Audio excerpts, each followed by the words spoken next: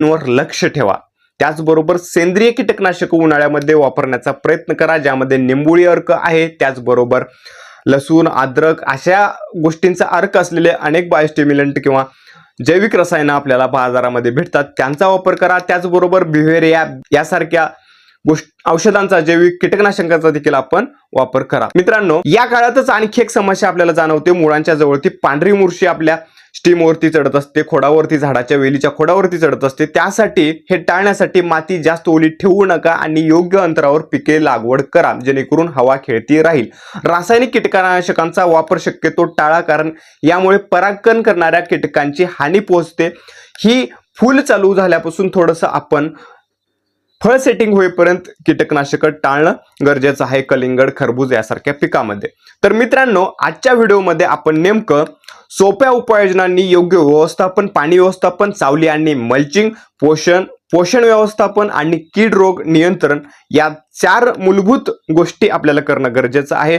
आपण कडक उन्हाळ्यातही आपल्या भाजीपाला पिकाचं रक्षण करू शकतो, यामुळे फुले गळणं थांबेल, झाड निरोगी राहील आणि उत्पादनही वाढेल। चला आजपासून या उपायांचा अवलंब करूया आणि आपलं शेत हिरवगार ठेवूया। तर मित्रांनो, आजचा हा व्हिडिओ तुम्हाला कसा वाटला नक्की कमेंट करून कळवा आणि तुमच्या कोणत्याही पिकावरची काही समस्या असेल तर आम्हाला कमेंट किंवा आमच्या व्हॉट्सअप क्रमांकावरती आम्हाला संपर्क करा, त्यावरती आम्ही व्हिडिओ घेऊन येऊ किंवा आम्हाला तुम्ही पर्सनली आमच्या या व्हॉट्सअप क्रमांकावरती आमच्याशी संपर्क साधून तुमच्या पिकातलं समाधान आमच्यासोबत चर्चा करून मिळवू शकता। त्याचबरोबर आर्टिफिशियल इंटेलिजन्सचा वापर करून आम्ही आणि तुमच्या भागातील वातावरणानुसार तुम्हाला मॉडिफाईड पिकांची शेड्यूल बनवून देऊ। यामध्ये टोमॅटो, काकडी, कलिंगड, खरबूज तुमचा पिनकोड आम्हाला भेटला, त्यानंतर तुमच्या भागातलं जे तापमान आहे, तुमच्या जमिनीचा प्रकार आहे, ह्या सगळ्या गोष्टींचा डाटा आम्ही आर्टिफिशियल इंटेलिजन्सचा वापर करून घेतो आणि त्यानुसार तुम्हाला